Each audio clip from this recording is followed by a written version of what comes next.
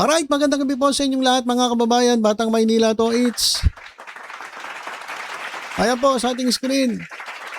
Si Senator Ping Lacson, ang chairman po ng Blue Ribbon Committee dyan sa Senado at kasalukuyang Senate Pro Tempore. So, siya po ay na-interview tungkol po dun sa sa Senate Blue Ribbon Committee Report. Kasi ano nababalita dun sa Blue Ribbon Report? Kasi ba't hindi pa nilalabas? Ang balita ko mga kababayan, meron po silang binago. Ano ba yung binago? Tinanggal ba yung tatlo? Kasi yung nababalita na partial report sana ay kasama yung tatlo. Si Jinggoy Estrada, Chis Escudero at etong si Joel Villanueva na merong rekomendasyon na kasuhan. So, ayun po yung nandun sa kaya nga po hinaharang ng minority dahil gusto nilang harangan, salagin yung report para hindi po makasuhan yung kanilang mga tropa, yung kanilang kaalyado dyan sa minority.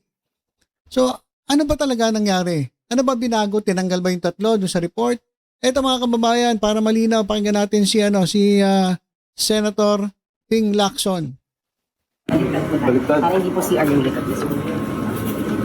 Sir, update lang sa Blue Ribbon po. You have 11 signatures already. Wala, hindi pa nararoute kasi kinokorek yung draft, pinafinalize. After makorek yun, based on our meeting yesterday, so yun na yun. And I hope and I'm confident na makagather sila ng at least 11 signatures. When you say being corrected, doon at least sa recommendations, meron po bang... Walang nabago. Walang substantive na revise. Pareho pa rin. Yun lang yung language Yung na tatlong ginamit. colleagues niyo, sir, pinakakasuhan pa rin po. Andiyan pa rin. Sen Joel, Sen Jinggoy. Nandiyan pa rin. Nako. So, hindi pala naalis dun sa report. Yung tatlo, si Jinggoy Estrada, si Chis Escudero at si Joel Villanueva, nandun pa rin sa report. So sabi ni Senator Ping Lacson, binago lang yung language. Ano ibig sabihin ni Senator Ping Lacson? Ano yung nagbago sa language setting? Tingnan nyo na lang pagka na-route kasi hindi ko pa rin nakikita yung final. Binigyan ko lang ng guidance on how to draft the final partial committee report. When will it be routed kaya, sir? Anong timeline? Kung matapos mamaya then tomorrow. Sir, sorry bakit yung language? Do they find it offensive? Well, ganito no, yung connotation, halimbawa, doon sa draft na initially routed, merong word doon na charge, no? Recommended to be charged. Oo. Sa layman, pag sinabing charge, para nasa korte na. So, in-specify na lang namin na salit na instead of using the word charge, to be charged, to undergo preliminary investigation, to undergo fact-finding investigation, to undergo case build-up, yung mga ganon. So yung tatlong senador, hindi na to be charged, but to undergo PI. PI. Yun din naman talaga yung ibig sabihin doon sa hindi naman namin pwedeng i-recommend sa court, na i-charge sa court, kasi only the DOJ and the Ombudsman are authorized to file the information for any person to be charged before the court, di ba? So kinorek lang namin yon. So to undergo preliminary Kasi ang investigation. charge is ay parang generic yan, pero sa ang connotation, pagdating sa layman, no, ordinary people like us, parang ang dating kagad charge, naka-charge ka sa court.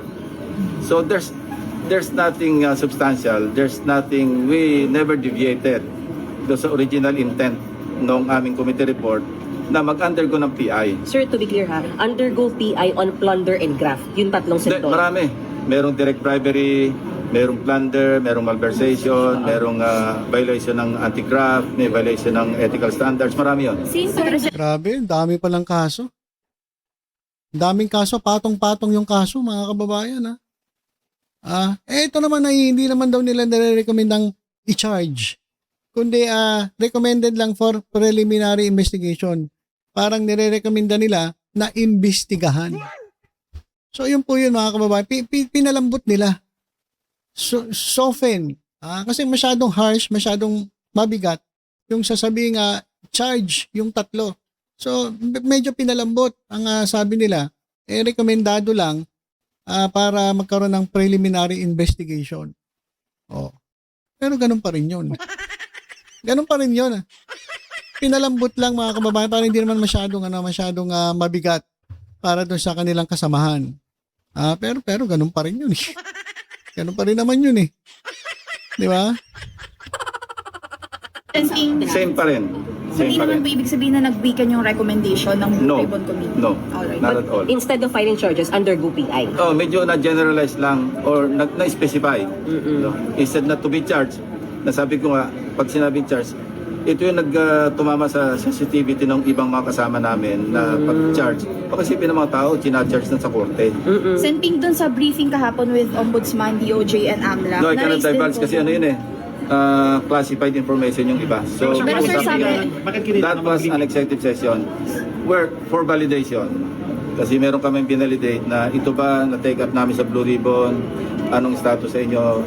Sir, things yung like that. pagbabago ng language, did it have something to do with minority na hindi raw nagustuhan yung... Nothing to do with the minority kasi hindi pa namin nakausap yung minority. Nothing to do with the supposed coup against the SP? Wala. Yung pag-change ng language? Ano yun? Sa majority pa lang yun. My own colleagues in the majority, nagsuggest sila, baka naman pwedeng isopen natin, na hindi masacrifice yung intent. Hindi mababago yung substance. Kasi sabi ko nga may baseline ako di ba? Bottom line ko, hindi ko talaga i-report out yung hindi ako naniniwala. Sir, may po ilan na nakapirma doon sa Hindi, wala pa nga kasi nga pina-finalize yung draft para bukas mai-route. Sir, yung mga hinahanap ng ibang senador na dapat may madagdag, may mabawas, meron Not bang for them. nangyayari? Kung meron silang ganong suggestion, mag-present sila ng ebidensya. No? Madali magsabi na bakit ito wala, bakit ito nandyan. Where's the evidence? We go by the evidence na nag-gather sa Blue Ribbon hearings. We cannot go beyond that. And we cannot go short of the evidence as presented. Hindi pwedeng say so. Madaling mamuna eh. Bakit si Speaker ganito? Bakit? Nasa ebidensya mag-present sila. They are members of the committee. Tumulong sila. Hindi sila, instead na mag-criticize lang, tumulong na lang. Recommended for PI din ba, sir, si dating Speaker Romualdez? Hindi ko matandaan kung kasama siya sa ano. Sir, si PBBM po, babalikan Malayo na yun. Kasi impeachable officer ang presidente. Na-dismiss na nga yung impeachment complaint. So dun sa gagawin pagbabago sa ng lingwahe, confident kayo na makakakuha ng enough signatures? Confident ako. May pipirma from the minority, sir? Anong, Ha? From the minority, may nagganong... Wala pa kaming, hindi pa namin i-represent sa minority. Inuuna ko yung majority. Sir, pag wala bang pumirma from the minority, hindi siya magiging committee report? Let me check with the rules ng rules of procedure sa inquiry. But as far as you know, if you get 11 and all majority, you can report it out? I will have to check with the majority leader and the Senate President. Hindi ko pa na-check eh. Kahapon sa Kulit na reporter eh.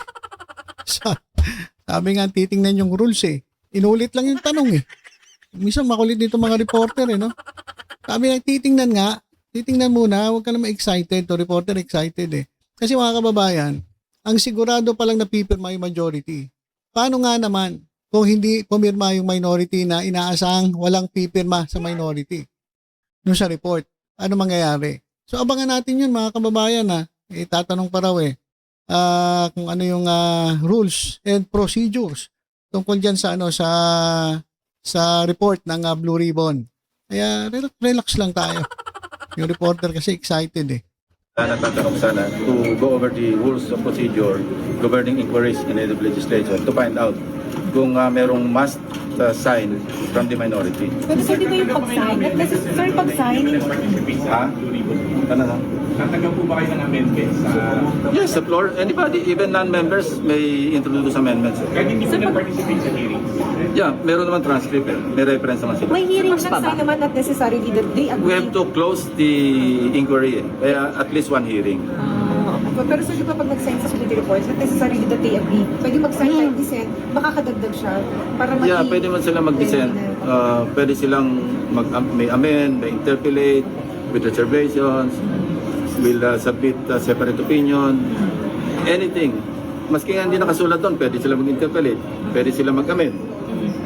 So, sir, possible next week na report out na sa plenary kung confident Hopefully. Itong LOA hearing, sir, last na. Oh, last na to, kasi ang isang na-accomplish, may reform silang ginawa, which to us, of course, malaki, big leap eh. Satisfied kayo dun, sir? Sa mga Satisfied, pero iba yung implementation kesa sa nasa papel, di ba? Kaya nga nag-issue na lang ako ng reminder, ng warning. Kung may gagawin kayong kalokohan, imagine yung sarili nyo na nakadilaw kayo, may nakasulat na malaking PDL. at nando nakahalubilo kayo sa mga ordinary na mga detention prisoners, kumakain ng ginisang munggo, hindi kayo makakain ng gusto nyo kainin, and then think twice or think 10 times before you do something foolish. That reminder is for, Everybody. hindi lang BIR, sir. Yeah, oh. Sir, ang worry mo, 200 billion kanyo, wala tayong pagkukunan ng pondo. That's an estimate. Yun ang shortage ng ano natin. Yun ang shortfall sa collection, sa cash actually. Pati kasama na doon yung borrowings. So paano masosolusyonan, sir, na wala tayong pera? Well, that's for the executive department to resolve or to solve. Sinuggest ko lang kay Secretary Recto when he told me that. Sabi ko, mag-FLR na lang kayo sa mga walang kawawaan dyan sa budget. Sir, yung Bukod dun sa mga discrepancy reforms, sa... may nakikita pa kayo na dapat i-legislate to prevent yung ganun. Marami. Hindi dito sa flood control. Ang dami naman recommendation. Empower the ombudsman. Mag-deputize ng private lawyers para tumulong sa prosecution. Tapos mag-create ng law enforcement arm yung ombudsman para makapag-apply ng search warrant, makapag-follow up ng mga investigation without relying on the NBI at saka sa PNP. Meron doong may strengthen yung umaynance yung ma-amend. Although meron na existing na presidential decree tungkol sa direct bribery, nabigyan ng opportunity na mag-avail ng maging state witness yung bribe giver. Kasi ngayon, kaya very weak yung ating batas sa bribery. Kailangan yung both are guilty, di ba? Are culpable. Yung bribe giver and bribe receiver. So, paano magko-cooperate niya yung bribe giver? But there are some limitations. Marami kaming dapat doon ang focus natin sa mga legislation, sa proposed Sir, legislation. maybe get your comment lang dun sa sinasabi ng isang kasamahan nyo to give up KIG, yung kalayaan. Nasabi ko na yan eh. Yun ang gatuman. Oh. Sir, tungkol po sa petition for disclosure, may kaso na ba yun? Okay. So yan mga kababayan Yung Senate Blue Ribbon Committee report ay dinadraft na nila. Ginagawa na nila, pina-finalize na nila at wala pong nabago. Yung ibang mga salita lang medyo pinalambot. Pero yung tatlo mga kababayan, etong si Jingoy Estrada, Joel Villanueva at etong si Chis Escudero ay hindi pa po safe. Mga kababayan. So hindi pa po sila safe. At ang recommendation hindi na to charge them, kundi recommended for preliminary investigation. Ito mga kababayan, no. So ayan. Kasama pa rin sa sa report etong tatlo. At sila ay pwedeng ma-implicate sa flood control scandal over possible plunder, bribery, and graft charges. Okay? So, despite the amendments, sabi ni Lacson, hindi hina ang kanilang report. At siya ay makakuha ng enough signatures bago ito mapresenta dyan sa plenaryo. So, hindi pa po safe. Hindi pa po safe. Yung tatlo, mga kababayan, si Jinggoy at si Joel Villanueva at si Chis Escudero. So, abangan natin mga kababayan ang presenta niyan diyan sa plenaryo at sigurado live po yan, manood po tayo. At ito mga kababayan, bilang pagtatapos, ito pong si Robin Padilla ay nag-post. Sabi niya, huwag naman po sanang masyadong mataas ang tingin niyo po sa sarili po ninyo at kami ay maliitin sa Duterte Block. Sino kaya pinatatamaan nito? Wala naman siya sinabi. Siguro yung pinatatamaan niya, yung nagsabi na itong si Senator Bongo ay maaring bumaliktad. At pumirma doon sa sa report ng Blue Ribbon kasi ipirma rin pala ang minority pero yung sinasabi, paano pag walang pumirma sa minority? Hindi natin alam kung ano ang rules Pero kung kinakailangan may pirma minority, siguro yung sinasabi na babaliktad yung isa sa minority at yun nga yung sinasabi ng ating mga kababayan si Bongo raw pero nagsulat pa tong dalawa sabi nila hindi raw sila lilipat at sila mananatili sa Duterte Block. Kaya sabi ni Robin Padilla, huwag naman masyadong mababatingin nyo sa amin. Huwag nyo kami maliitin. Sabi niya, hindi naman po kami gagawing number 1 na mga senador ng karamihan mga Pilipino kung wala po kaming nagawa bilang mga tao. Kasi si Robby, nung siya'y nanalo, number 1 siya. At si Bongo, nung nanalo, number 1 din. So sabi ni Robby, nagyabang na. Hindi naman kami iboboto ng tao kung wala kami nagawa eh. Hindi na raw po bilang mga politiko o bilang tao na ang aming serbisyo sa aming kapwa-tao at sa inang bayan. Talaga lang Ito na naman tayo eh. Pero kampi kayo sa China, di ba? Mga senador. Talagang ang aming serbisyo sa aming kapwa-tao at sa inang bayan. Inang yan. Mga senador. Tapos talagang serbisyo sa aming inang bayan. Ewan ko sa iyo, Robby. Ang serbisyo daw nila sa kapwa-tao at sa inang bayan ay hindi po nakabase lamang sa pagiging pasweldo ng taong bayan kundi sa pagmamahal at pagmamalasakit. So yan po yung sabi ni Robin Padilla. Meron daw silang pagmamahal at pagmamalasakit. Dapat lang. Sa totoo lang, dapat lang na meron kayong pagmamahal at pagmamalasakit, lalong-lalo na sa mga Pilipino. Sobra-sobra nga yung pagmamahal at malasakit ninyo, pati yung mga sa China, kinakampihan nyo eh. Sobra nga kayo magmalasakit eh. Sobra nga kayo magmahal eh. Pati ba naman yung nagwo-water cannon sa atin, kinakampihan ninyo. Di sobra nga yung pagmamahal ninyo, pati yung pagmamalasakit ninyo. Alam niyo sa totoo lang, etong mga ito, mga politiko natin, magagaling lang po talaga ito magsalita. Pero nakikita naman po natin kung ano yung kanilang ginagawa. So ang paghusga ay nasa atin po. Sabi ni Robin, number 1 senator siya. Si Bongo, number 1 senator din ang tumakbo. Ngayon ang tanong, kung kayo ba tatakbo uli, ganun pa rin kaya? Magiging number 1 pa kaya si Robin Padilla? Kung tatakbo siya mga kababayan, magiging number 1 ba uli? Wala, sa tingin ko, hindi na. Kasi nakita na eh. Nakita na ng tao kung ano ang iyong paninindigan. Senador. Nakita ng tao eh. So sa tingin ko, kung noon number 1 kayo, sa susunod, malamang hindi na. So kung pagmamalaki mo na number 1 kayo, di bahala ka sa buhay mo. Pero ako, sigurado ako. Kapag tumakbo itong dalawang ito, malabo na siguro maging number 1 ulit. Lalo na sa kanilang paninindigan sa mga panahong ito na mas kinakampihan pa ang ibang lahi kaysa kapwa Pilipino. Kaya nakakaasar din pag sinasabi inang bayan, mahal namin ang inang bayan, mahal namin ang aming bansa. Pero kumakampi naman sa nagwa-water cannon.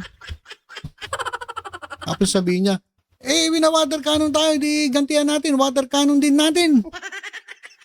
Di sira ulo pala to eh. Di masalo nagkagulo. Diba? Wala rin sa ayos to si Robin Padilla eh. So, yan lang po muna mga kababayan Sabi po ni Senator Ping Lacson, yung sa kanilang report, bagamat may nabagong konti sa pananalita, ay nandun pa rin, kasama pa rin sa report ang mga pangalan ni Senator Joel Villanueva, Senator Chis Escudero at Senator Jingoy Estrada na maaaring ma-implicate dyan sa flood control scandal at posible maimbestigahan sa possible plunder, bribery, and graft offenses at marami pang iba. Sabi po yan ni Senator Ping Lacson. At kay Robby naman, sige lang. Sabi mo yan eh. Number 1 ka pala dati. Huwag daw siya mamaliitin. Si Bongo, ganun din. Tingnan natin sa susunod na eleksyon kung ganun pa rin. Di ba? Kasi nauntog na tao eh. Nauntog na yung taong bayan eh. Nauntog na eh. Kung alam nga lang daw nila na ganyan ka, malamang hindi ka binoto. Nandiyan na yan. Di pagtsagaan nyo na lang. Ilang taon na lang naman. Di ba? So, yun lang po muna mga kababayan. Tutok-tutok lang po dito sa Batang Maynila to. Sa iba pang updates. Ingat po tayong lahat. God bless po.